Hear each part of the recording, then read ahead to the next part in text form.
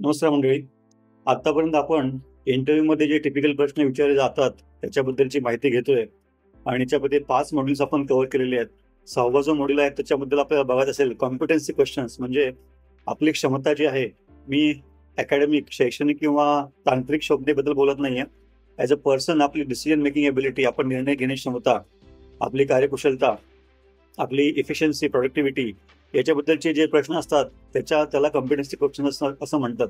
तर हे प्रश्न जेव्हा आपल्याला विचारले जातात तेव्हा त्याचं उत्तर देताना आपण जे काही उत्तर देऊ त्या उत्तरामध्ये जे काही प्रसंग किंवा उदाहरणं देऊ, त्या उदाहरणामागची थॉट प्रोसेस जी आहे, आपण विचार कशा प्रकारे करतो, आपला अप्रोच काय असतो तो इश्यू किंवा तो प्रॉब्लेम सॉल्व्ह करण्यासाठी, हे चेक केलं जातं. हे अतिशय महत्त्वाची गोष्ट आहे. त्यामुळे त्या उत्तरापेक्षा त्या उत्तरापर्यंत पोहोचण्याची आपली जी प्रोसेस आहे, प्रश्न समजून घेऊन, सद्य परिस्थितीचा अभ्यास करून, आपल्या समोरचे सगळे ऑप्शन्स विचारात घेऊन आपण काय निष्कर्षापर्यंत पोहोचतो, हे अतिशय महत्त्वाचं असतं. ही जी थॉट प्रोसेस आहे ती चेक करण्यासाठी कॉम्पिटन्सी क्वेश्चन्स विचारले जातात. तर पहिला प्रश्न तुम्हाला असा विचारला जाऊ शकतो साधारणपणे. पहिला प्रश्न तुम्हाला असा विचारला जाऊ शकतो की आतापर्यंतचा सगळ्यात मोठा डिसिजन तुम्ही कुठला घेतलेला आहे? What is the biggest decision you have make in your life किंवा इन युअर प्रोफेशनल लाईफ? आता पर्सनल डिसिजन सांगायची गरज नाहीये. प्रोफेशनल लाईफमधले जे डिसिजन सांगायचे असतील आपल्याला, तर आपल्या आयुष्यामध्ये कोणता व्यावसायिक निर्णय हा सगळ्यात मोठा आपण स्वतः वैयक्तिक घेतलेला आहे, हा प्रश्न असतो. मग याच्यामागचं उत्तर देताना अगेन हा जो अप्रोच आहे आपला, तो अप्रोच असा आहे की आपल्या समोरची इश्यू काय आहे आणि त्या इश्यू आपल्या समस्या काय आहे, त्या समस्या कशामुळे निर्माण झालेली आहे, त्या समस्येवर समाधान नाही काढलं तर काय होईल, त्या समस्येवर समाधान काढण्यासाठी आपल्याला काय करावं लागेल म्हणजे स्वतः काय करावं लागेल किंवा इतरांची मदत घ्यावी लागेल का, किंवा इतर काही गोष्टी कराव्या लागतील, नवीन गोष्टी शिकाव्या लागतील किंवा शिकलेल्या गोष्टी काही अनलर्न करायला लागतील, अशा प्रकारच्या गोष्टी. हा जो अप्रोच आहे बेसिकली सोल्युशन सॉल्व्हिंग प्रॉब्लेम किंवा डिसिजन मेकिंग प्रोसेस मधला, हा अप्रोच त्यांना माहिती करून घ्यायचा असतो. म्हणून हा प्रश्न विचारला जातो. त्यामुळे तो जी इश्यू आहे, तो इश्यू बद्दलचा चर्चा करत असताना तुम्हाला जर उदाहरण द्यायचं झालं समजा, तर सगळ्यात मोठा डिसिजन माझ्यासाठी असा असेल की मी बेंगलोरवरून समजा मुंबईला ट्रान्सफर मागितली. मी बेंगलोरमध्ये 2003 मध्ये IT मध्ये काम करत होतो, विप्रो ई पेरिफेरल्स. आणि त्यानंतर मी टेक्निकल असताना, मी CCNP करून नेटवर्किंगमध्ये काम करत असताना पण मला असं वाटलं की आपण सेल्समध्ये गेलं पाहिजे. करिअरमध्ये जर काहीतरी अचीव्ह करायचं असेल पुढच्या 20-30 वर्षाच्या करिअरमध्ये, तर सेल्समध्ये जाणं गरजेचं होतं. कारण माझा स्वभाव जो आहे तो इंट्रोवर्ट आहे अजूनही. आता मी जे काय बोलतोय ते काबाड कष्ट करून इथपर्यंत पोहोचलोय मी. त्यामुळे माझ्या समोरची इश्यू असा होता की मला ओपन अप व्हायचं होतं. त्याचबरोबर मला करिअर स्ट्रीम अशी हवी होती की याच्यामध्ये करिअर ग्रोथला स्कोप जास्त असेल आणि तो जो स्कोप आहे तो पण अशा फील्डमध्ये असावा जो रिसेशन प्रूफ असेल, असा माझा थॉट प्रोसेस होता. त्याचबरोबर स्वतःची प्रगती हा अतिशय महत्वाचा मुद्दा होताच. वैयक्तिक प्रगती, आउटस्पोकन नेचर, कम्युनिकेशन, कॉन्फिडन्स, हा जो प्रकार आहे तो. त्यामुळे मी याच्यामध्ये सगळ्यात मोठा डिसिजन मी हा घेतला की मी त्या कंपनीमध्ये जाऊन HR ला भेटलो. आणि मी MBA नाहीये बाय द वे. आणि मी HR ला भेटून त्यांना रिक्वेस्ट केली की मला तुम्ही सेल्समध्ये टाका. आता तुम्हाला थोडा you may not be able to imagine, मी टेक्निकलमध्ये काम करतोय बेंगलोरमध्ये आणि मी सेल्समध्ये अचानक विदाऊट MBA. आणि मोठी कंपनी होती. 2003-04 मध्ये तिथं जवळजवळ 350 करोड टर्नओव्हर असलेली कंपनी होती. विप्रोची सबसिडियरी असं म्हणता येईल. विप्रो त्याच्यामध्ये डायरेक्ट रिलेशन होतं काहीतरी, विप्रो ई पेरिफेरल्स. आणि नंतर मी 2008 मध्ये विप्रो इन्फोटेकमध्ये काम केलं. तर सांगायचा मुद्दा असा होता की या 300-350 करोड त्या काळातल्या टर्नओव्हर असलेल्या कंपनीमध्ये जर सेल्ससाठी एखादा प्रोफाईल ओपन असेल, तर त्या प्रोफाईलची त्याची एलिजिबिलिटी क्रायटेरिया जे आहेत ते खूप वेगळे होते. तरी पण मी स्वतःहून रिक्वेस्ट केली HR ला. दीपक माथुर साहेब तिकडे होते, ते IIMA ग्रॅज्युएट होते. त्यांना रिक्वेस्ट केली की मला सेल्समध्ये जायचं आहे. त्यांनी ऑब्व्हियसली माझं I don't know how, but मला सुदैवाने ती संधी मिळाली. आणि दुसरा निर्णय मी हा घेतला की बेंगलोरवरून मला मुंबईला पाठवा, हा माझा दुसरा रिक्वेस्ट होती. यू नीड टू इमॅजिन, हा जो निर्णय होता बेंगलोरवरून माघारी सेल्समध्ये जाण्याचा, फर्स्ट ऑफ ऑल माझ्या कॅरेक्टरिस्टिकच्या अपोजिट जाऊन. आणि त्याचबरोबर बेंगलोरसारख्या त्यावेळी अतिशय क्वेंट अशी सिटी होती, शांत अशी सिटी होती. व्हाईटफील्ड ते व्हिक्टोरिया रोड म्हणजे चिन्नास्वामी स्टेडियम पर्यंत जायला मला 30-32 मिनिट लागायचे पल्सरवर. आता तेच 1.5-2 तास लागतात रिंग रोड असल्यावर सुद्धा. त्यामुळे सांगायचा मुद्दा असा की एवढ्या सगळ्या चांगल्या परिस्थितीमध्ये टेक्निकल फील्डमधून बाहेर पडून सेल्समध्ये येणं, स्वतःला एक्सपोज करणं ॲज अ पर्सन. आणि त्याचबरोबर बेंगलोरवरून माझी ट्रान्सफर मी मुंबईला करा असं सांगणं. कारण मुंबई म्हणजे सगळं शार्क आहे. त्यामुळे थॉट प्रोसेस माझी अशी होती की आपण जर शार्क बरोबर पोहायला शिकलो तर आपण लवकर पोहायला शिकू, असं माझी थॉट प्रोसेस होती. आता ती चुकीची आहे की बरोबर आहे ते आम्ही आता कॉमेंट करणार नाही, बाकीच्या याच्याबद्दल बोललं पाहिजे. त्यामुळे मी ह्या ज्या गोष्टी, हे जे निर्णय घेतले होते ते मी स्वतः वैयक्तिक घेतले होते. याच्याबद्दलची चर्चा मी घरामध्ये कोणाबरोबर केली नव्हती, कारण मला तो फर्स्ट ऑफ ऑल हा जो स्ट्रेस होता तुम्हाला घरच्यांना द्यायचा नव्हता, की तुझं सगळं व्यवस्थित चाललेलं असताना, टेक्निकल फील्डमध्ये जॉब चालू असताना तू हा स्टंट का करतोय, सेल्समध्ये तुला का जायचंय, आणि तर तू लोकांशी बोलत नाहीस, स्वतःहून धडाधडा बोलत नाहीस, असा जो प्रकार होता त्यामध्ये तुला सेल्समध्ये का जायचंय. आणि सेल्समध्ये जर गेलास तरी बेंगलोरमध्ये राहता तुला मुंबईच्या गजबजाट आणि सगळा गोंगाट आणि सगळं प्रेशर आणि हजार प्रकारची खूप अग्रेसिव्ह माणसं, अग्रेसिव्ह इन पॉझिटिव्ह सेन्स, निगेटिव्हिटीकडे बघत नाही मी. त्यानंतर मुंबईतलं पोल्युशन, मुंबईतलं ट्रान्सपोर्ट, मुंबईतली माणसं, हे सगळी गर्दी, हे सगळं तुला कशासाठी पाहिजे असा प्रश्न ऑब्व्हियसली निर्माण झाला असता. पण हा जो निर्णय होता तो मी घेतला आणि तो माझ्यासाठी अतिशय मोलाचा ठरलाय, कारण मी जे काही बोलतोय आता हे त्या निर्णयामुळे आहे की मी स्वतःहून काहीतरी तुम्हाला सांगण्याचा प्रयत्न करतोय तुम्ही न विचारता. हा सेल्स वाल्याचा एक मोठा गुणधर्म असतो की तुम्हाला समोरच्याला ऐकायचं आहे की नाही हे कधी कधी न विचारता आम्ही बडबड करायला सुरुवात करतो, आणि आम्हाला जे माहिती आहे ते आम्ही सांगायचा प्रयत्न करतो. हा जो टिपिकल अप्रोच आहे. तर तुम्हाला निर्णय तुम्ही तुमच्या आयुष्यामध्ये सगळ्यात मोठा व्यावसायिक निर्णय कोणता घेतला याचं उत्तर देताना या निर्णयापासून, हा निर्णय तुम्ही का घेतला, या निर्णयाची तुम्ही चर्चा किंवा हा निर्णयाचा विचार तुमच्या मनात का आला, हा निर्णय तुम्ही कसा घेतला, त्याच्याबद्दल कोणाशी चर्चा केली का, त्याच्याबद्दलचे पॉइंटर्स, इन्फॉर्मेशन काय गॅदर केली का, स्टडी फिजिबिलिटी केला का, आणि तो जर निर्णय घेतल्यानंतर तो सकारात्मक असेल तर वेल अँड गुड, तो नकारात्मक असेल तर तेही जबाबदारी तुम्ही घेता का, हे सगळं जाणून घेण्यासाठी हा प्रश्न विचारला जातो. त्यामुळे तुमचे रिस्पॉन्सेस जे आहेत, मी सगळ्या सेक्शनमध्ये असंच बोलतोय की माझा रिस्पॉन्स हा तुमचा रिस्पॉन्स असेलच असं अजिबात नाही. प्रश्न कॉमन आहेत, तुमचे रिस्पॉन्स तुम्ही निवडायचे आहेत. फक्त आपला मुद्दा, हेतू हा आहे की प्रश्न जो माणूस इंग्लिशमध्ये विचारतो किंवा मराठीमध्ये विचारतो किंवा इतर कोणत्या लँग्वेजमध्ये विचारतो, त्या प्रश्नामधला जो गर्भित अर्थ असतो तो लक्षात घेणं गरजेचं असतं. तो प्रश्न विचारताना माणसाचा ऑब्जेक्टिव्ह काय आहे, समोरच्याला काय जाणून घ्यायचं, हे जर आपल्या लक्षात आलं तर आपण 100% त्याचं चांगलं उत्तर देऊ शकतो.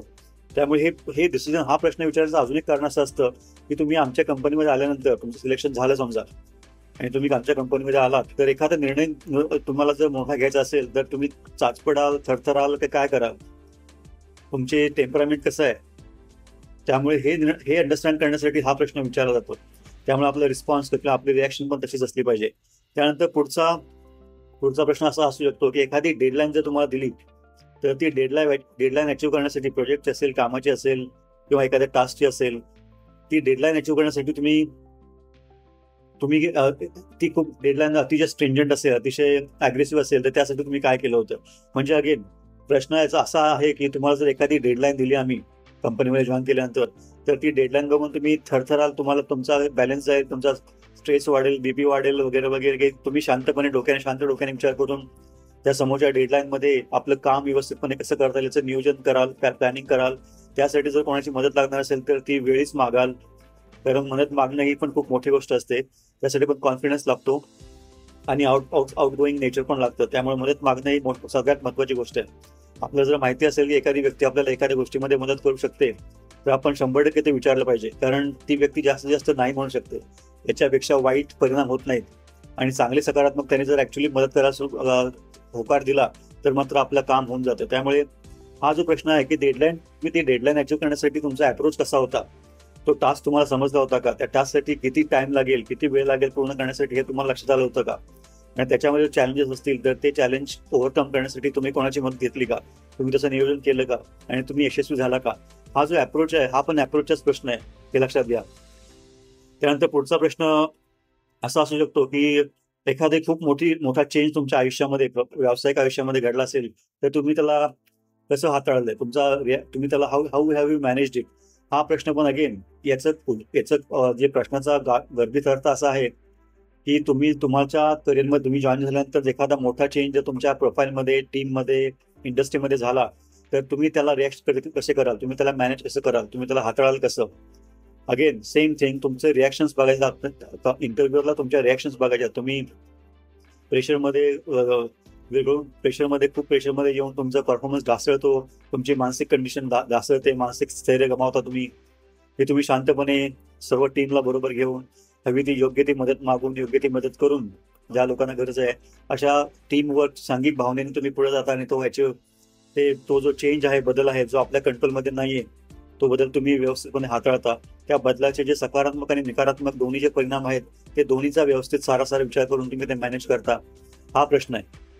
कारण हा प्रश्न विचारायचं कारण असं आहे की समजा तुम्ही जॉईन झाल्यानंतर इंडस्ट्रीमध्येच मोठा बदल झाला. समजा मी आर्टिफिशियल इंटेलिजन्समध्ये काम करतो आणि खूप मोठा प्रोजेक्ट सध्या माझ्याकडे आहे, परंतु जो माझा क्लायंट आहे त्याने आर्टिफिशियल इंटेलिजन्स ही टेक्नॉलॉजी बदलून दुसऱ्या कोणत्या तरी टेक्नॉलॉजीमध्ये गेला. मी हायपोथेटिकल एक्झाम्पल देतोय ऑब्व्हियसली तुम्हाला सांगण्यासाठी हे की ज्या मूलभूत गोष्टीवर आपले पूर्ण डोलारा प्रोजेक्टचा उभा आहे, तो जर अचानकपणे हल्ला किंवा बदलला तर तुम्ही काय कराल?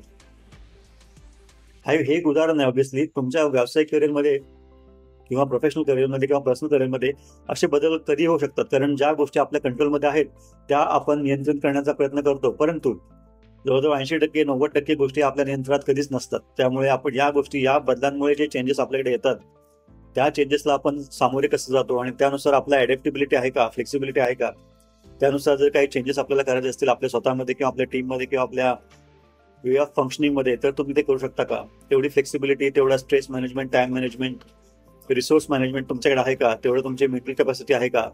तेवढी तुमची कॉग्निटिव्ह एबिलिटी आहे का विचार करण्याची? हा सगळा या प्रश्नाचा अर्थ आहे. त्यानंतर पुढचा प्रश्न असा असू शकतो की अशी एखादी घटना सांगा ज्याच्यामध्ये तुम्हाला एखाद्या व्यक्तीला काहीतरी पटवून द्यायचं होतं किंवा त्यांना तुमचा जो विचार आहे तो मनामध्ये त्यांना पटवून द्यायचा होता.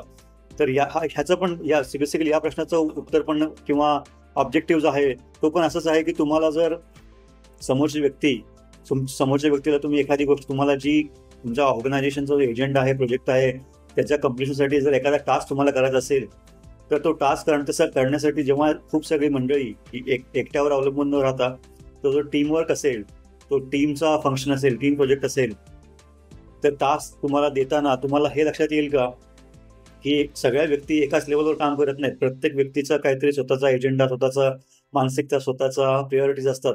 त्यामुळे या प्रोजेक्टचा टास्क कम्प्लीट करण्यासाठी किंवा कंपनीचा ऑब्जेक्टिव्ह अचीव्ह करण्यासाठी सगळ्या व्यक्तींना आपली जी विचारसरणी आहे, आपला जो टार्गेट आहे, आपलं जे एजेंडा आहे तो व्यवस्थितपणे समजावून सांगून त्या सर्वांना आपण उद्युक्त करू शकतो का, इन्स्पायर करू शकतो का, मोटिवेट करू शकतो का की आपल्याला एकत्र येऊन सगळं काम करायचंय. कारण याच्यामध्ये सगळ्यात महत्त्वाची गोष्ट अशी असते की आपण स्वतः वैयक्तिक इंडिव्हिज्युअल कॉन्ट्रीब्युटर स्वतः काम करणं खूप सोपं असतं, कारण आपला कम्प्लीट कंट्रोल हा स्वतःकडे आहे. परंतु जेव्हा आपण लीडर होतो, टीम लीडर होतो, तेव्हा आपल्याला इतरांकडून काम करून घ्यायचं असतं आणि ही ट्रान्झिशन अतिशय महत्त्वाची असते. जर आपल्याला स्वतःहून काम करता येत असेल तर याचा अर्थ आपण इतरांकडून काम करून घेऊ शकू असं अजिबात नाही. आणि बऱ्याच वेळा ही जी ग्लास सेलिंग आहे, बऱ्याच वेळा मंडळी लोक हे स्वतः काम करणं, इतरांकडून काम करून न घेणं याच्यामध्ये गणतात किंवा लोंबकळतात. त्यामुळे त्यांचे करिअर पुढे जात नाही, प्रोग्रेस. म्हणून हा जो प्रकार आहे, ही जी मेंटॅलिटी आहे इतरांकडून काम करून घेण्याची, त्याच्या मला सगळ्यात महत्त्वाचा पॉईंट असा असतो की समोरच्या व्यक्तीला हे आपल्याला पटवून द्यावं लागतं की हे जे काम करणार आहोत आपण त्याचा तुम्हाला सगळ्यात जास्त फायदा आहे आणि त्यानंतर कंपनीला फायदा आहे आणि त्यानंतर मला फायदा आहे. म्हणजे एखादी गोष्ट जी आपल्याला कलेक्टिव्हली अचीव्ह करायची असते ती गोष्ट त्या समोरचा जो व्यक्ती काम करणार आहे त्याला असं वाटलं पाहिजे की ही सगळ्यात जास्त माझ्या फायद्याची आहे. असं जेव्हा त्याला वाटेल की हे जे मी करतोय ते माझ्या फायद्याचं आहे, तेव्हा तो मनापासून करतो, 150% एफर्ट टाकून करतो. हे पटवून देणं ही अतिशय महत्त्वाची गोष्ट असते. आणि हे पटवून देण्यासाठी तुम्ही काय करू शकाल, तुम्हाला ते पटवून देता येईल का, हा प्रश्न आहे. तुम्हाला उदाहरण द्यायचं झालं, प्रोफेशनल नाही, मी पर्सनल क्रिकेटमधलं सांगतो. क्रिकेटमधलं सगळ्यात चांगलं उदाहरण म्हणजे तुम्हाला जर वन डे क्रिकेटमध्ये 50 ओव्हरमध्ये किंवा IPL चालू आहे 20 ओव्हरमध्ये IPLच्या मॅचमध्ये तर तुम्हाला 280 स्कोर करायचा असेल तर तुम्हाला सगळ्या टीमने एकत्र येऊन काम करण्याशिवाय गत्यंतर नाही. ही गोष्ट जेव्हा समोरच्याला हार्दिक पंड्याला कळतं की मी जर याच्यामध्ये 60 रन मारले 20-30 बॉलमध्ये तर सगळ्यात जास्त फायदा माझा आहे, माझं ब्रँड व्हॅल्यू वाढेल, माझा स्वतःचा फायदा होईल, माझ्या करिअरची मी चमकेन, त्याचबरोबर मला बाकीच्या ऑपॉर्च्युनिटीज मिळतील, मला नंतर कॅप्टन पण केलं जाईल, मला एक चांगला खेळाडू म्हणून मान्यता मिळेल, मी अष्टपैलू खेळाडू आहे असं मला सगळं जग समजेल. हे जोपर्यंत आपण त्या व्यक्तीला समजावून सांगू शकत नाही की तू जर 20 बॉलमध्ये 60 रन 80 रन केल्यास तर सगळ्यात जास्त फायदा हा तुझा आहे, असं जेव्हा आपण त्याला पटवून देतो तेव्हा तो पेटून उठतो आणि नंतर तो त्या 20 बॉलमध्ये 80 रन मारतो आणि आपण जिंकू शकतो. त्या हार्दिक पांड्या हे एक टीम मेंबर झाला, आपण टीम बद्दल बोलतोय. आता हार्दिक पांड्या एकटा 280 स्कोर करेल का 2020 मध्ये, अजिबात नाही. त्यामुळे हे जे पर्स्युएशन आहे किंवा कन्व्हिन्सिंग आहे ते अशा प्रकारे करता आलं पाहिजे की समोरच्या व्यक्तीला असं वाटलं पाहिजे की अरे हे माझ्यासाठी सगळ्यात चांगलं आहे आणि हे मी केलंच पाहिजे. निलेश सांगतोय म्हणून एखादी गोष्ट करणं आणि निलेशने सांगितलं तरी पण सगळ्यात जास्त फायदा माझा आहे हे जेव्हा त्या लक्षात येईल तेव्हा त्या जीव तोडून ते जे काम करतो त्याला पर्स्युएशन म्हणतात आणि कन्व्हिन्सिंग. मग याच्या अशा प्रकारची उदाहरणं आपल्याला देता येतील का आपल्या करिअरमध्ये किंवा आपल्या टीममध्ये किंवा आपल्या आयुष्यामध्ये? जर तुम्ही फ्रेशर असाल स्पेसिफिकली तर तुम्हाला तुमच्या आयुष्यातले उदाहरण द्यावं लागतील, कारण तुमच्याकडे अनुभव नाहीये. त्यामुळे तुमचे उत्तर तुम्हाला द्यायचे हे लक्षात घ्या. आपण अंडरस्टँड करतो की प्रश्न काय आहे, प्रश्नामागचा गर्भित अर्थ काय आहे आणि समोरच्या व्यक्तीला तुमच्याकडून जाणून काय घ्यायचं तुमच्याबद्दल. याचा प्रश्न जो ऑब्व्हियसली हा प्रश्न काय विचारला जातो, हा प्रश्न यासाठी विचारला जातो की तुम्ही आमच्या टीममध्ये आल्यानंतर, तुम्ही आमच्या ऑर्गनायझेशनमध्ये आल्यानंतर ऑर्गनायझेशनच्या एजेंडा, टास्क, गोलसाठी अचीव्ह करण्यासाठी तुम्ही इतर लोकांना कसे उद्युक्त कराल, प्रमोट कराल, इन्स्पायर कराल, मोटिवेट कराल, अशा प्रकार. म्हणून हे जाणून घेण्यासाठी ते प्रश्न विचार. तुमच्या लिडरशिप स्किल्स, तुमचं कम्युनिकेशन, तुमचं टीम वर्क, हे सगळं याच्यातून लक्षात येतं. त्यानंतरचा पुढचा प्रश्न असा असू शकतो की अशी तुमच्या करिअरमध्ये अशी कोणती गोष्ट घडलेली आहे का जी तुम्ही मनापासून केली पण ती चालली नाही किंवा ती फेल गेली आणि त्यानंतर तुम्ही काय केलं? अशा गोष्टी भरपूर असतात. कारण कोणी व्यक्ती फेल्युअर पासून स्वतःला वाचू शकत नाही, कारण फेल्युअर ही शिकवणुकीचा सगळ्यात चांगला मार्ग आहे असं माझं वैयक्तिक मत आहे. कारण फेल झाल्यानंतर आपण ज्या गोष्टी शिकू शकतो त्या नॉर्मल रुटीन वर्कमध्ये कधीच शिकू शकत नाही. त्यामुळे या प्रश्नाचं उत्तर देताना तुम्हाला खूप सगळा स्कोप आहे हे लक्षात घ्या. तुमचे जे स्वभाव वैशिष्ट्य आहेत, तुमची जी स्ट्रेंथ आहे ती हायलाईट करण्यासाठी हा प्रश्न अतिशय महत्त्वाचा ठरू शकतो. त्यामुळे आपण उदाहरण देताना समजा मी जर सांगितलं की कोणतं उदाहरण, फॉर एक्झाम्पल माझं वैयक्तिक उदाहरण देतो मी. 2014 मध्ये मी IT सोडली आणि 2014च्या डिसेंबरमध्ये मी IT सोडून स्वतःचे रिसॉर्ट सुरू केलं. ते जास्त चाललं नाही. मग मी काय केलं, रिसॉर्ट सुरू करण्याचं मागचं कारण असं होतं की मला IT सोडायचं होतं आणि मला स्वतःचा व्यवसाय करायचा होता. आणि एक्झॅक्टली त्यासाठीच मी 2005 मध्ये टेक्निकल फील्डमधून सेल्समध्ये आलो होतो, कारण मला स्वतःचा व्यवसाय सुरू करायचा होता. तर मी रिसॉर्ट सुरू केल्यानंतर ते चाललं नाही, काही कारण असतील त्याच्या मागची. तर ते रिसॉर्ट न चालण्यामागची कारणं काय आहेत हे मला समजलं का? ते कारण समजल्यानंतर माझी रिॲक्शन काय होती, मग मी त्यानंतर ॲक्शन काय घेतली त्या अपयशावर मात करण्यासाठी. मग मी रायटिंग सुरू केलं, पब्लिशिंग सुरू केलं, फूड इंडस्ट्रीमध्ये गेलो, मॅन्युफॅक्चरिंगमध्ये गेलो. यातली पण बरेच फेल गेले. आता सध्या मी 14 पुस्तकं पब्लिश केलेली आहे स्वतःची. त्यानंतर मी परत IT मध्ये आलो 2021 मध्ये. त्यानंतर परत ते जवळजवळ 4 वर्ष झालेली आहेत. तर हा जो प्रकार आहे त्याच्यामध्ये तुम्हाला अपयश काय आलं होतं, त्या अपयश मागची कारणं काय आहे ते तुम्हाला समजलं का? त्या कारणापासून तुम्ही काय धडा घेतला आणि त्या धडा घेणं ही महत्वाची गोष्ट आहे, पण त्या धड्यावर तुम्ही ऍक्शन काय घेतली, त्यातले कोणत्या कृती तुम्ही अंमलात आणली जेणेकरून ते जी मागच्या चुका आहेत त्या परत होणार नाहीत. हा अतिशय महत्वाचा मुद्दा आहे. आणि या प्रश्नामधून त्यांना हे जाणून घ्यायचं असतं हेच की तुम्ही तुमच्या आयुष्यामध्ये किंवा तुमच्या करिअरमध्ये सेटबॅक्स किंवा फेल्युअर आल्यानंतर तुमची रिॲक्शन कशी असते, तुम्हाला ते झेपतं का, तुम्हाला ते पचतं का आणि तुम्ही त्यापासून भरारी कशी घेता. कारण जो युनिव्हर्सल लॉ आहे, कोणतीही व्यक्ती कंटिन्युअसली सक्सेसफुल असू शकत नाही. आणि जर ती असेल तर ती चुकीच्या फील्डमध्ये असं म्हणता येईल, किंवा they are not trying enough असं म्हणता येईल, they are not pushing themselves enough असं म्हणता येईल. त्यामुळे फेल्युअर हा आयुष्याचा अविभाज्य अंग आहे. त्यापासून आपण शिकतो काय आणि त्या शिकवणुकीपासून आपण पुढे काय अंमलात आणतो, ते धडे, ते लेसन्स आपण आपल्या प्रत्यक्षात आयुष्यामध्ये कसे अंमलात आणतो हे जाणण्यासाठी हा प्रश्न असतो. त्यानंतर पुढचा प्रश्न असा असू शकतो की एखादा तुमचा सिनियर जो आहे, समजा बॉस असेल किंवा मालक असतील कंपनीचे, त्यांच्याबरोबर तुमचे डिसएग्रीमेंट, त्यांच्याबरोबर तुमचे मतभेद असतील तर तुम्ही ते कसे मॅनेज कराल. आता ह्याच्यामध्ये अगेन तुमची डिप्लोमसी, तुमचं ऑफिस पॉलिटिक्सचं अंडरस्टँडिंग, तुमचं कम्युनिकेशन, तुमचा way of physical body language, या सगळ्या गोष्टी अतिशय महत्त्वाच्या असतात. कारण आपला जो बॉस असतो तो ऑब्व्हियसली त्याचा आपल्या करिअरवर डायरेक्ट परिणाम होऊ शकतो. अप्रेझल किंवा आपली जो रेटिंग असते तो बॉस देतो, आपल्याला फायर करू शकतो. त्याचबरोबर जर मालक असेल तर त्याच्याकडे सुप्रीम अथॉरिटी असते.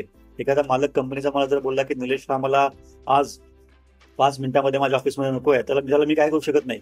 एक इंजिनियर असल्यामुळे आमची युनियन वगैरे काय नाहीये, त्यामुळे 5 मिनिटांमध्ये मला बाहेरचा रस्ता दाखवला जाऊ शकतो. पण याचा अर्थ मालक किंवा बॉस जे म्हणेल तेच खरं असलं पाहिजे आणि त्याला मी प्रत्येक वेळी मान्यता दिली पाहिजे आणि मतभेद व्यक्त नाही केले पाहिजेत, हे पण चुकीचं आहे. अर्थात मतभेद व्यक्त कुठे करायचे, कोणत्या भाषेमध्ये करायचे आणि करायचे का, हा तुमचा पर्सनल जजमेंट असतो. कारण काही कंपन्यांमध्ये कल्चर अशी असते की बॉस येस बॉस, याच्याशिवाय बाकी काही बोलायचं नसतं. काही कंपन्या फ्री असतात, ओपन असतात, त्याच्यामध्ये एम्प्लॉई टीममेट्सचे इनपुट्स किंवा फीडबॅक घेतला जातो आणि त्याच्यावर प्रॉपरली विचार करून त्याला महत्त्व दिलं जातं किंवा त्याच्यावर ऍक्शन घेतली जाते. मी सगळ्या प्रकारच्या कंपनीमध्ये काम केलेलं आहे. काही ठिकाणी बॉसेस फक्त सांगतात की हे करायचंय, प्रश्न विचारायचे नाहीत. आणि जर मी काही सल्ला दिला तरी मला विचारलं जातं की तुला जपकल नाही, तुला विचार करण्यासाठी पगार दिला जात नाही, तुला आम्ही जे सांगतो ते काम करण्यासाठी पगार दिला जातो. ही एक कंपनी, हे एक एक्स्ट्रीम. दुसरं एक्स्ट्रीम असं की प्रत्येक गोष्टीमध्ये आपल्याला विचारलं जातं की आपण जर असं केलं तर काय होईल. एखादा प्रोजेक्ट आपल्याला अचीव्ह करायचा आहे, एंड करायचा आहे, टास्क कम्प्लीट करायचा आहे, तर त्याच्यामध्ये हा जो इश्यू आहे हा इश्यू रिझॉल्व्ह करण्यासाठी निलेश तुला काय वाटतं, आपण काय करू शकतो? मग निलेश जेव्हा 3-4 ऑप्शन किंवा स्टेप सांगतो, त्याच्यामध्ये चांगली स्टेप असेल तर तो बॉस किंवा तो मालक सर्वांसमोर असं म्हणतो की निलेशने ही जी स्टेप सांगितली आहे ती मला चांगली वाटते ना, आपण याच्यावर काम करूया. हे बोलण्यासाठी त्या मालकाकडे पण गट्स लागतात. आपण मालकांचं पण आपण वजन करू शकतो. असं नाही की मालकच आपलं वजन करतात, आपण पण मालकांचं वजन करू शकतो. कारण प्रत्येक व्यक्ती आपल्या जागी श्रेष्ठ असते. कॉम्पिटिशन करण्यामध्ये काहीही पॉईंट नसतो. एक एम्प्लॉई आणि एक बॉस या दोघांची पण समाजाला, ऑर्गनायझेशनला, इंडस्ट्रीला गरज असते. सगळेच बॉस झाले तर मग काय होईल? सगळेच एम्प्लॉयर, नो बॉस, मग काय होईल? अशा प्रकारची पण जरा थोडं बरकटलं विषय. पण जर माझे मतभेद असतील तर मला व्यवस्थितपणे डिप्लोमॅटिकली कुठे मांडायचे, वन ऑन वन बोलायचं की सगळ्यांसमोर पब्लिकमध्ये मांडायचे की कॉर्पोरेट बोर्डरूममध्ये मांडायचे, हा तुमचा चॉईस आहे. काही लोकांना सर्वांसमोर मतं व्यक्त केलेली अजिबात आवडत नाहीत. तुम्ही वन ऑन वन जर सांगितलं तर 100% अतिशय सुंदरपणे ते त्याला रिॲक्ट करतात आणि त्याच्यावर कृत्य करतात, तुम्हाला इन्स्पायर, मोटिवेट करतात. पण ते सर्वांसमोर नाही करायचं. काही लोकांना सर्वांसमोर व्यक्त केलेली मतच आवडतात, ओपन लिडरशिप. अशा प्रकारे तुम्हाला हे लक्षात आलं पाहिजे की आपल्या जे मतभेद आहे, बॉसशी असेल किंवा मालकाशी असेल किंवा इतर कोणाशी, ते आपण कसं व्यवस्थितपणे समोरच्याला सांगू शकतो की याच्यामध्ये माझा वैयक्तिक काहीही हेतू नसून आपल्या ऑर्गनायझेशनचा ओव्हरऑल अजेंडा जो आहे त्याला जर साध्य करायचं असेल तर आपण जर असं करू शकलो तर, किंवा आपण प्रश्नाची सुरुवातच असं करू शकतो की can we if you allow me, आपण असं काहीतरी करू शकतो का? किंवा जर असं केलं तर आपण काय होईल? हा जो मांडण्याचा प्रकार आहे तो समोरच्याला न टोचता, समोरच्याचे ruffling the figures in the wrong way असं न करता, जर आपल्याला त्याच्या इगोला ठेच न पोहोचवता जर हे आपले जे विचार आहेत ते आपल्याला मांडता आले, व्यक्त करता आले आणि पोहोचवता आले तर त्याचा 100% फायदा होतो. प्रश्न उच्चारण्याचा उद्देश पण हाच आहे की तुमचा जर मतभेद असाल तर तुम्ही सगळ्या 50 लोकांसमोर बोलून सांगाल की त्याला बाजूला घेऊन तुम्ही सांगाल, सर आपण जर असं केलं तर काय होईल, तुमचं काय मत आहे? मला असं वाटतं की आपण हे जी कृती आहे ती जर अशी फिरवली किंवा या व्यक्तीला जर आपण हे करायला लावलं, कारण तो त्या गोष्टीमध्ये खूप स्ट्रॉंग आहे, तर त्याचा आपल्याला फायदा होईल. हे आपण वन ऑन वन सांगितलं तर त्या बॉसला पण कळतं की अरे ठीक आहे, म्हणजे काहीतरी विचार, at least I am taking initiative. मला असा विचार वाटतो की असं तुम्हाला मी शेअर करतोय, ते पण सर्वांसमोर नाही, जेणेकरून तो बॉसला कमीपणा येईल. Never outshine your boss, never outshine your boss हा एक गोल्डन रूल आहे सर्वांसमोर. त्यामुळे अशा व्यक्ती, अशा घटना ज्या आहेत त्या मॅनेज करणं अतिशय गरजेचं असतं. आपले मतभेद कोणत्या प्लॅटफॉर्मवर, कोणत्या ठिकाणी, कोणत्या भाषेमध्ये आणि कसे, tone and tenor of the language किंवा आपली बोलण्याची पद्धत, आपली भाषा, आपले शब्द, हे पण अतिशय व्यवस्थित पाहिजे, ते लक्षात घ्या. आणि कंपनीला हेच अंडरस्टँड करायचं आहे की तुम्ही तशा परिस्थितीमध्ये जर गेलात तर काय कराल.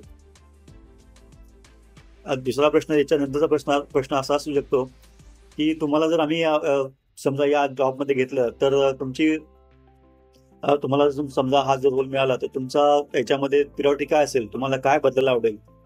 आता हा प्रश्न थोडासा हायपोथेटिकल होतो, कारण मी जर कंपनीमध्ये ऑलरेडी जॉईन झालेलोच नाहीये तर मला आतमध्ये काय बदलायचं, परिस्थिती काय आहे तेच माहित नसेल तर बदलायचं काय हे मी कसं सांगणार?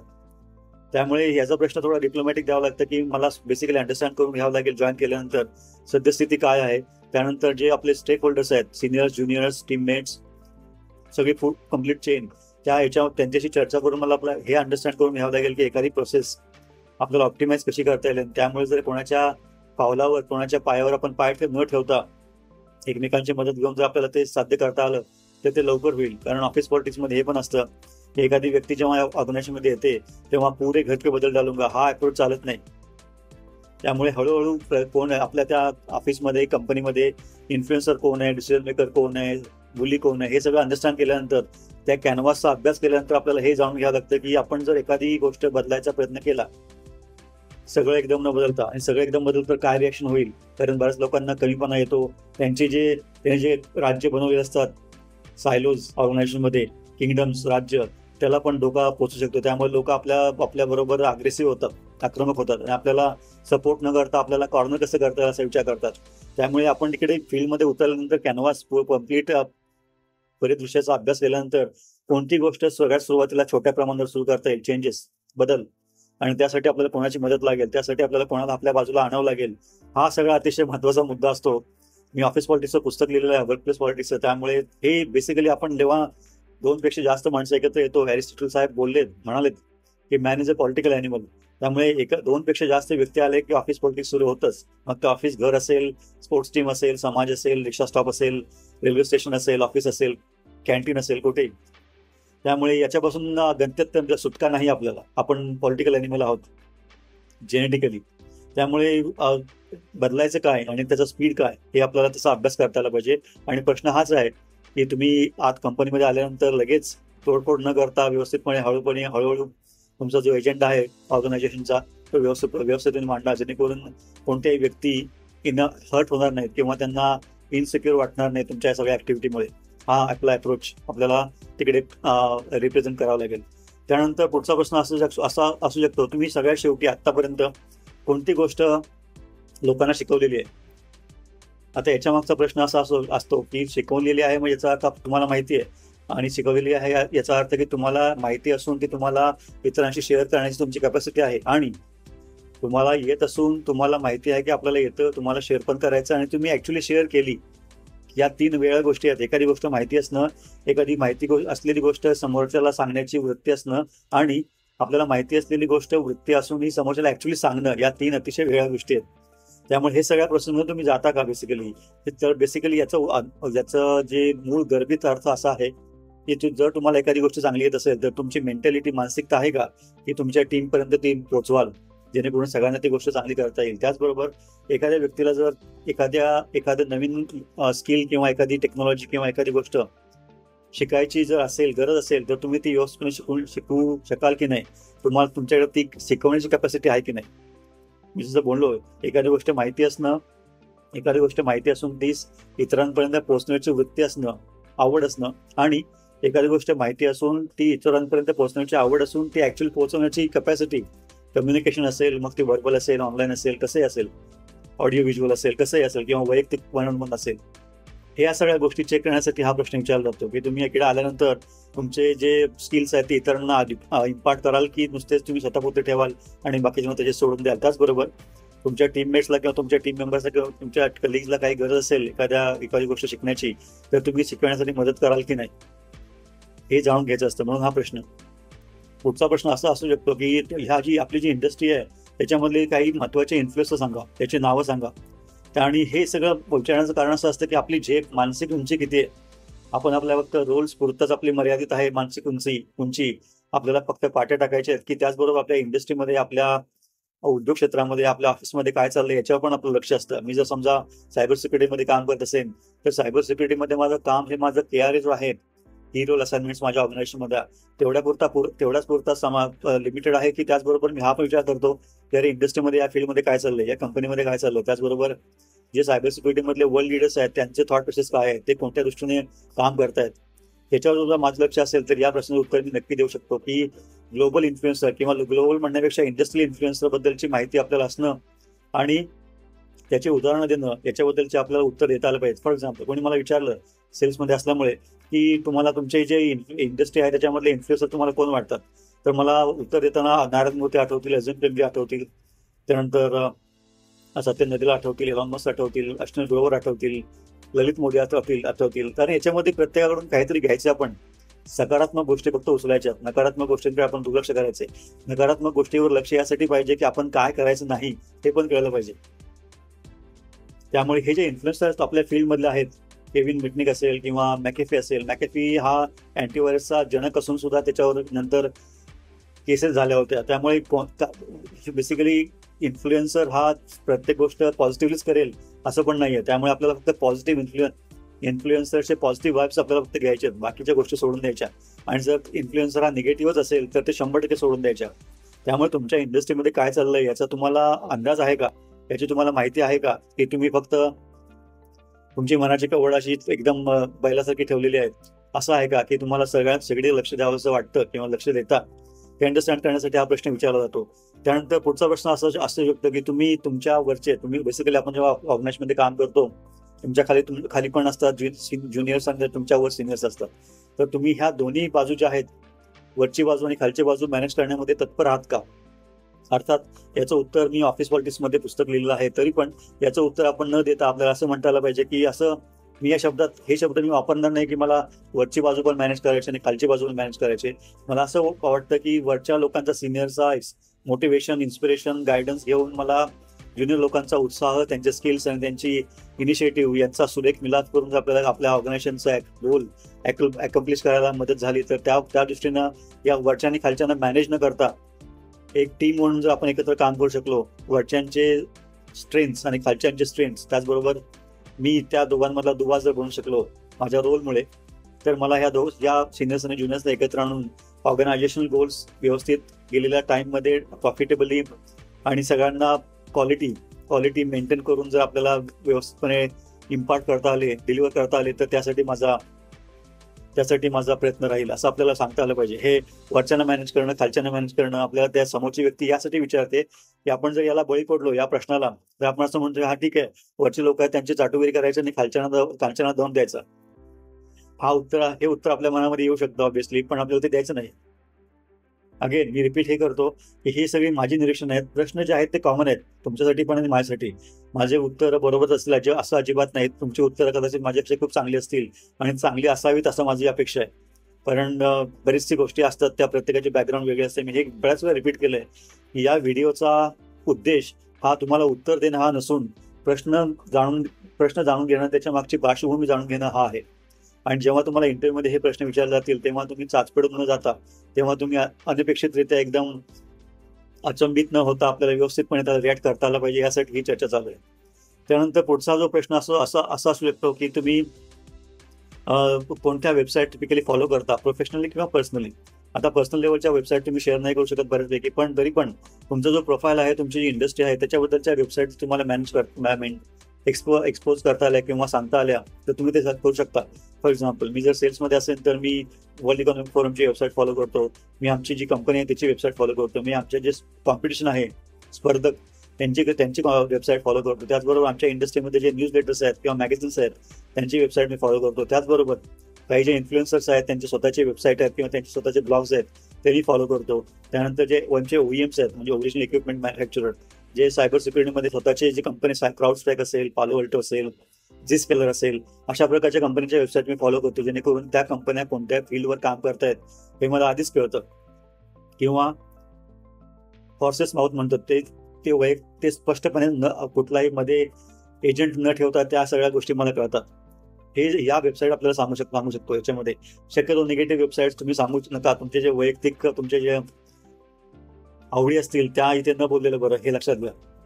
त्यानंतर पुढचा जो प्रश्न असा असू शकतो की तुमचा जो सोशल मीडिया अपिअरन्स आहे त्यामुळे कंपनीला काय तोटा नफा काय होऊ शकतो का. अर्थात आपल्याला याचं सगळ्यात पहिलं उत्तर हे आहे की सोशल मीडिया मी ऑफिसमध्ये असताना किंवा ऑफिसमध्ये किंवा ऑर्गनायझेशनला त्रास होईल अशा प्रकारे कधी वापरणार नाही, किंवा आत्ता पण वापरत नाही आणि पुढे पण वापरणार नाही. आणि त्याचबरोबर जर माझ्या प्रोफाईलना किंवा माझ्या जॉबसाठी जर एखादी सोशल प्लॅटफॉर्म गरजेचा असेल तरच तो मी ऑफिस आवर्समध्ये वापरेन.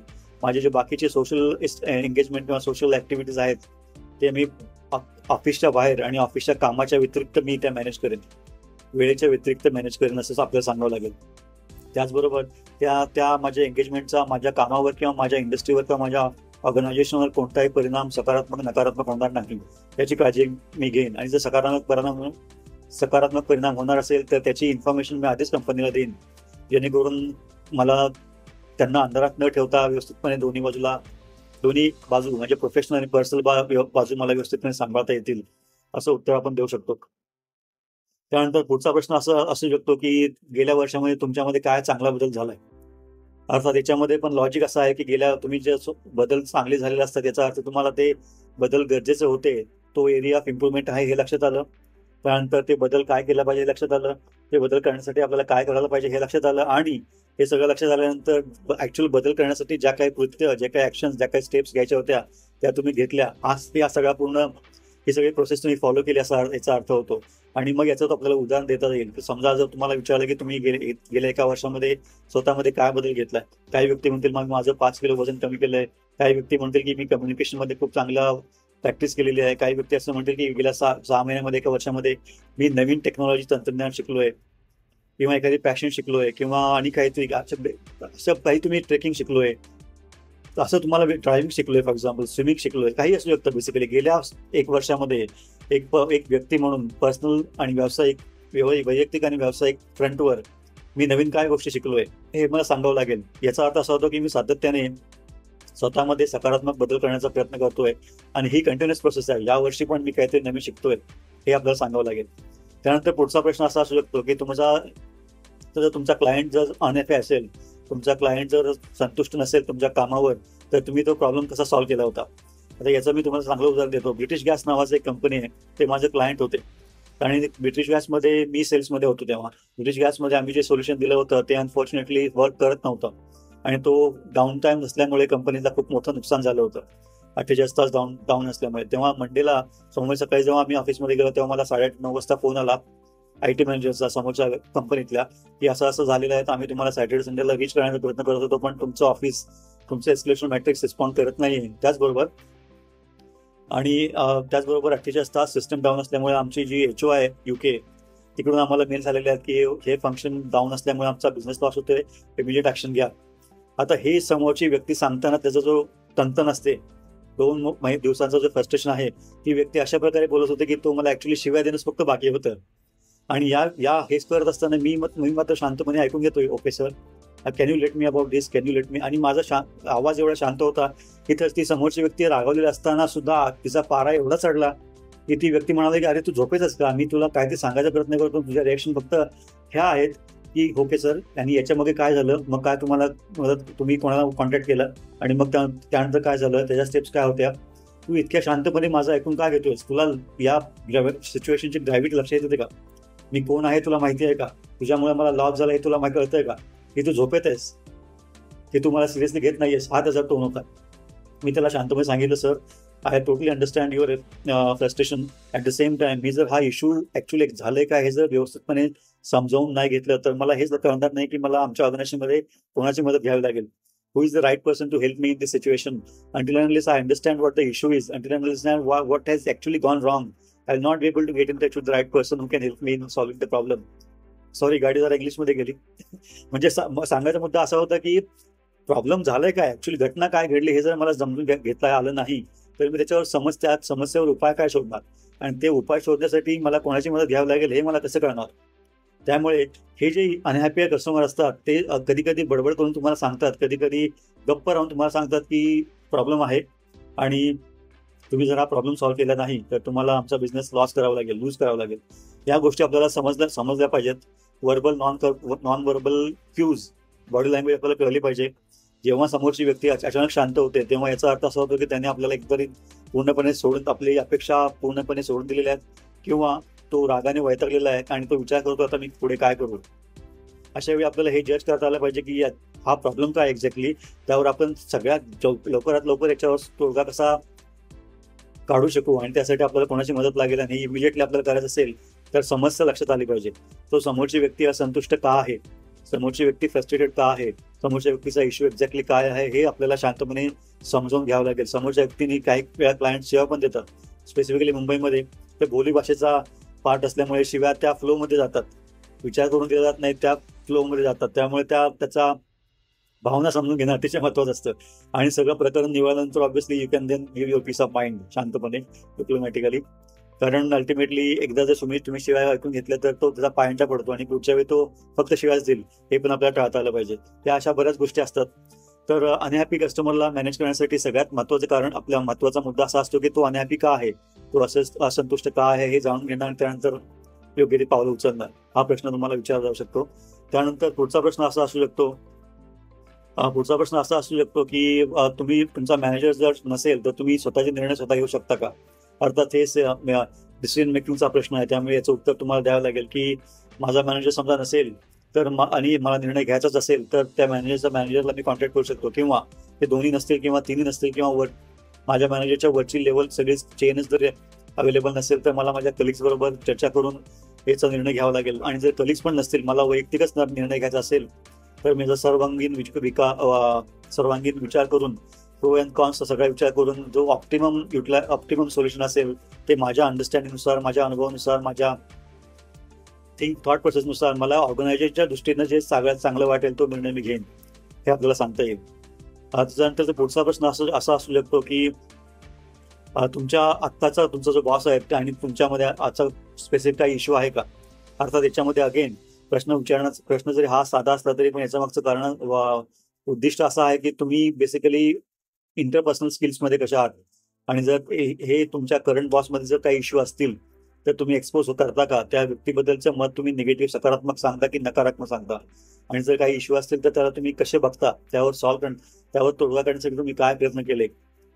कोणत्याही व्यक्तीला किंवा कोणत्याही कंपनीला नावे न ठेवता सिच्युएशन, परिस्थिती जी आहे त्याच्यावर मात करण्यासाठी आपण काय करू शकतो, असं जर आपला विचार करता तर याचं उत्तर आपण असं देऊ शकतो.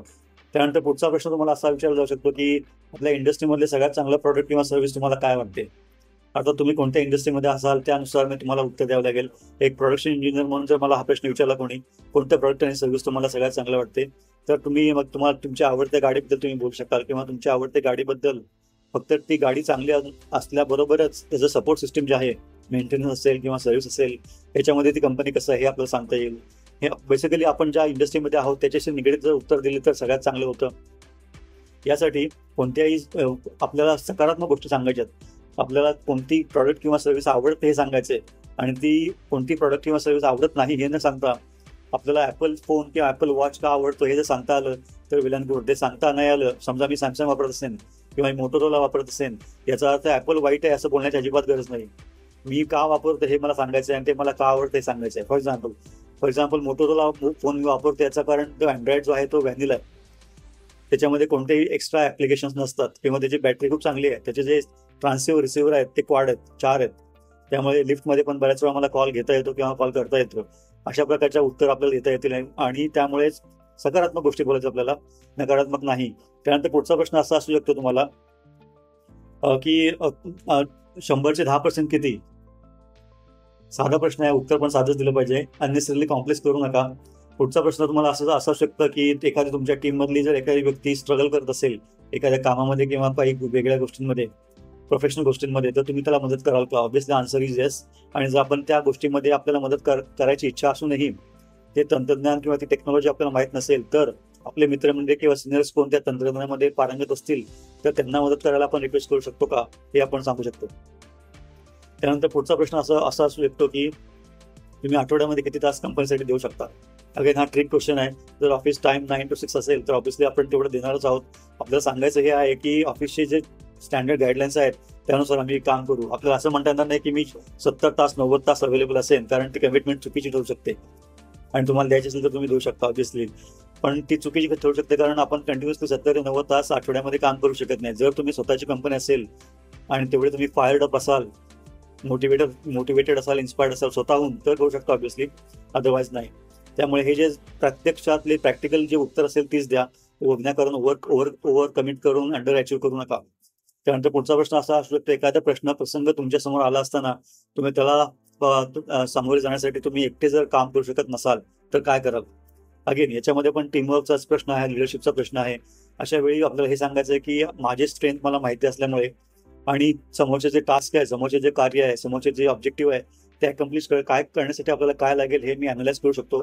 आणि हे अनालाइज केल्यानंतर जे मी टास्क करू शकतो ते मला माहिती आहे. त्याचबरोबर बाकीचे जे टास्क आहेत जे मी मॅनेज करू शकत नाही, त्यासाठी माझ्या टीममेट्स, माझ्या टीममध्ये कोण करू शकेल याची अंडरस्टँडिंग मला घ्यावी लागेल. माझ्या टीममध्ये जर तसे प्रकारची व्यक्ती नसतील तर माझे बॉस जे आहेत त्यांना मला सांगावं लागेल की हा जो ऑब्जेक्टिव्ह आहे त्याच्यामधले XYZ 40%, 50%, 70% आपण करू शकतो, पण वरचा जो भाग आहे त्यासाठी आपल्याला बाहेर मदत घ्यावी लागेल. अर्थात बॉस जर आपल्याला सांगितलं की तू XYZ बोलून हे विचारून घे की ते त्यांची टीम आपल्याला मदत करू शकेल का, मग आपल्याला XYZ टीमशी बोलायला लागेल आणि त्यांना सांगावं लागेल की या कम्प्लीट प्रोजेक्टमध्ये 70% भाग आम्ही करतोय, 30% जो आहे सेक्शन तो तुम्हाला तुमची टीम आम्हाला मदत करू शकेल का. हे जे इंटर डिपार्टमेंटल कॉन्व्हर्सेशन आहे, कम्युनिकेशन आहे, कोऑर्डिनेशन आहे, हे आपल्याला जमेल का. आणि हे जे intra departmental conversation, communication, collaboration, coordination आहे हे आपल्याला जमेल का, हा या प्रश्नाचा उद्देश असतो. आणि obviously answer has to be yes.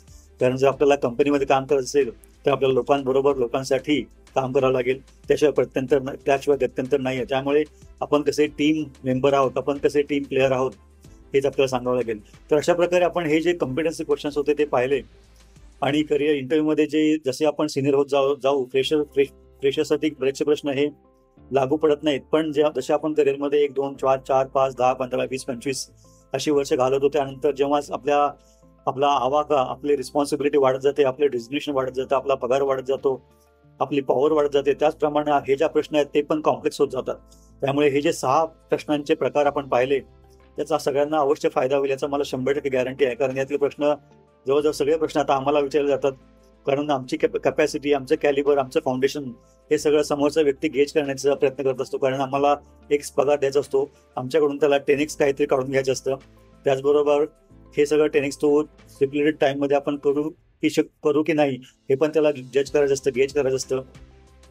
त्यामुळे एक अतिशय महत्त्वाची गोष्ट सांगतो, जर समजा मला कोणी इंटरव्ह्यूसाठी बोलवलं आणि मला तो एक्स व्हॅल्यू देणार असेल पगार, तर तो 10x माझ्याकडून एक्सपेक्ट करतो. त्याचबरोबर त्याला हे पण माहिती असतं की मी जर निलेशला सिलेक्ट करताना चूक केली, कारण निलेशला सिलेक्ट करण्यामध्ये 6 महिने जातात.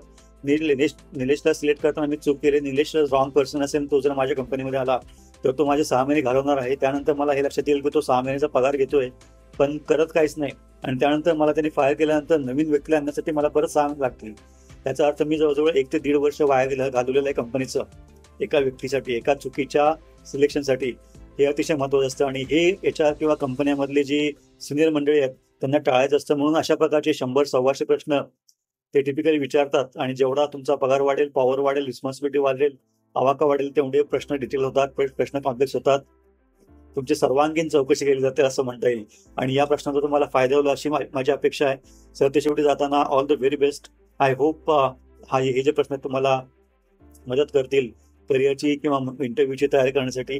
हे या प्रश्नाची उत्तर फक्त इंटरव्ह्यू पुरती मर्यादित न ठेवता आपल्या दैनंदिन आयुष्यामध्ये, जीवनामध्ये पण आपल्याला प्रश्न विचारले जातात. त्या प्रश्नांची उत्तर जर आपण असा ॲनालिटिकल माइंड ठेवून, समोरची व्यक्ती काय विचारते, काय विचारत नाहीये, तिला काय विचारायचं आहे, रिडिंग बिटवीन द लाईन्स, हे जर आपल्याला करता आलं तर आपल्याला 100% फायदा होईल. माझ्या YouTube चॅनलवर तुम्ही हा व्हिडिओ पाहताय, लाईक करा, कमेंट करा, शेअर करा, सबस्क्राईब करा. कारण अशा प्रकारच्या भन्नाट कल्पना, भन्नाट आयडिया, भन्नाट माहिती आपण चर्चा करत असतो. त्याचबरोबर जॉब्स कसे मिळतील आपल्याला याच्यावर आपला फोकस असतो. म्हणजे टॅक्टिकल आणि स्ट्रॅटेजिक अशा दोन्ही अँगल्सवर आपण काम करण्याचा प्रयत्न करतोय. माझी अशा अपेक्षा, आणि हे मराठीमध्ये करण्याचं कारण असं की मराठीमधल्या मुलांना जास्तीत जास्त माहिती लवकरात लवकर मिळावी असं माझी अपेक्षा आहे. ऑब्व्हियसली मार्केट प्रेशर, फायनान्शियल प्रेशरमुळे मला इंग्लिशमध्ये व्हिडिओ पण करायला लागू शकतात, which I certainly can do. पण मी टाळायचा प्रयत्न करतोय, जेवढे जमेल तेवढं मराठीमध्येच करायचा प्रयत्न करतोय. जास्तीत जास्त मुलांपर्यंत लवकरात लवकर ही माहिती पोहोचवा, आणि तुमच्या अशी कॉमेंट्स, लाईक्स, शेअर करा. त्याचबरोबर सबस्क्राईब करायला अजिबात विसरू नका, कारण 90% यूट्यूबच्या डॅशबोर्डनुसार 90% मंडळी फक्त व्हिडिओ बघतात माझे, पण सबस्क्राईब करत नाहीत. सबस्क्राईब करा, त्याचा आपल्या सर्वांना फायदा होईल. धन्यवाद.